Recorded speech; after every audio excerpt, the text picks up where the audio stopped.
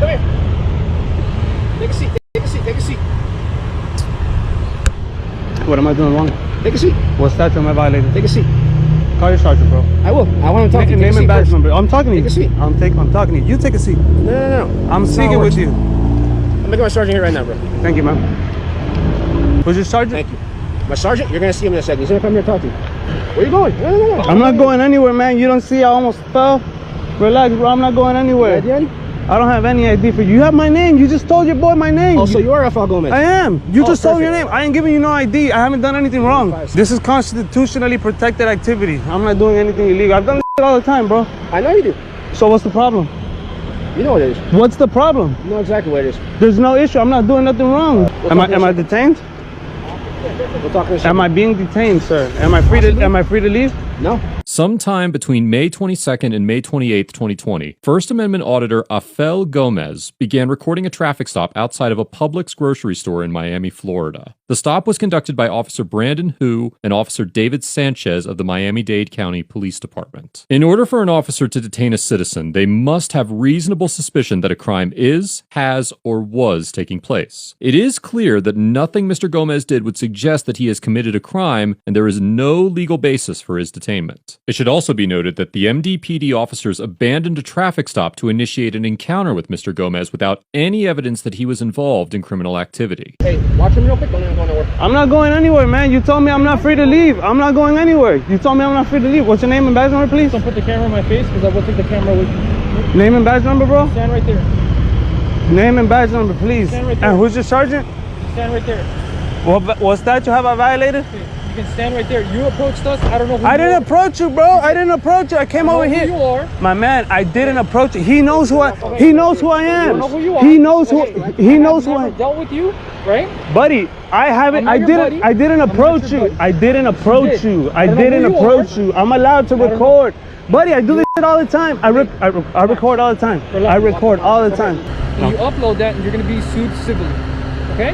What's it? Not the department. You're going to be sued civilly because I am not allowing you to post my picture or my face online. Citizens have a First Amendment right to record the police, and both federal courts and the Justice Department have recognized that right. Officer Sanchez is standing in a public parking lot and in uniform, so it is highly unlikely that he would be entitled to a reasonable expectation of privacy, even if he wasn't on duty at the time of this encounter. Your face is covered. Can I have your name and badge number, please? I'm letting you know now that if you post it, you're going to be sued civilly. All right, that's fine. Go right ahead, bro. Good thing we understand. I'm gonna get that camera footage. Watch, I'm gonna get that from public records. Watch. We haven't done anything. Right? I'm gonna get it from public records. Coming out here and recording.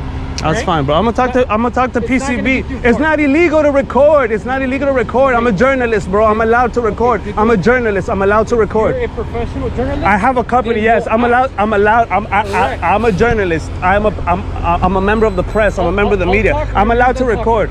Go ahead, sir. Don't whenever you talk. Since you're so professional, you will identify yourself like a professional person, but you haven't done that. I'm not legally required to, sir. I'm not legally required to. Okay, when you're encountering police, you are required to identify. No, I don't. I don't know who you are. I don't. He knows who I am. He just said my name. I just told you. I don't know who you are, bro. I don't. You won't even give me your badge number. I've never. You won't even give me your badge number, sir. Mr. Sanchez, give me your badge number. Thank you. I never said I wouldn't. All right. See how I'm being cooperative, but you instead want to give me a hard time. Because you're legally obligated. You're legally obligated to, sir. I'm not legally obligated.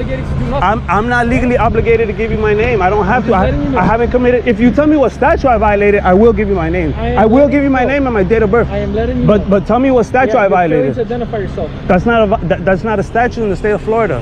Okay. Okay, Mr. Lawman. Unlike most states, Florida does not have a dedicated failure to identify statute. However, Florida Statute 901.151 states that whenever any law enforcement officer encounters any person under circumstances which reasonably indicate that such person has committed, is committing, or is about to commit a violation, then the officer may temporarily detain such person for the purpose of ascertaining their identity. The language of the statute also suggests that while the officer may detain a suspect in an effort to identify them, it does not state that the suspect must present an identification card. Generally, a name and date of birth will serve as a form of identification. Both of the officers on the scene of this encounter have stated that Mr. Gomez has not committed any crimes, and it is clear from the video that this is true. Therefore, Mr. Gomez is not required to identify himself, and the officers are not entitled to his identity simply because they do not already know him. I didn't talk to you guys. Let's talk for a second. Yes, sir. So you really want to talk to my sergeant, right? Yes, sir. How bad do you want to talk to my sergeant? I don't know. Am I free to leave?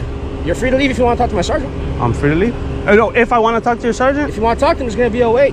Probably about 30 minutes, maybe more. That's fine. Hey, buddy, you do your job, man. I am doing my job.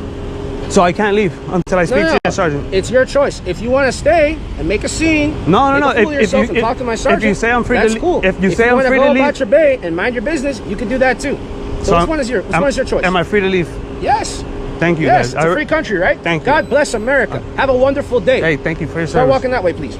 My vehicle's over there. Okay, then we'll walk to your vehicle, sir. Thank you, guys.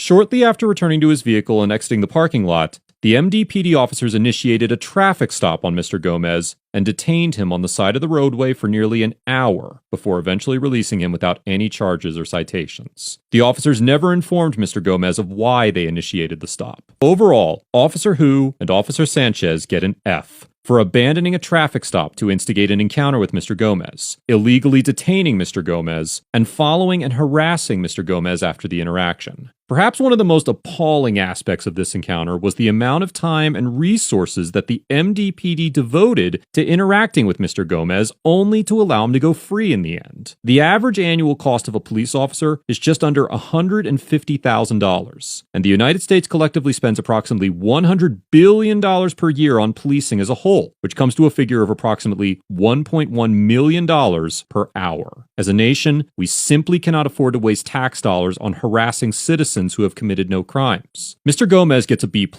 because although he did remain calm and invoke his rights appropriately, he failed to make use of his right to remain silent, engaged in a pointless banter with the officers, and afforded the officers the opportunity to make a traffic stop. All that said, Mr. Gomez did a decent job of maintaining his composure throughout the encounter, and I commend him.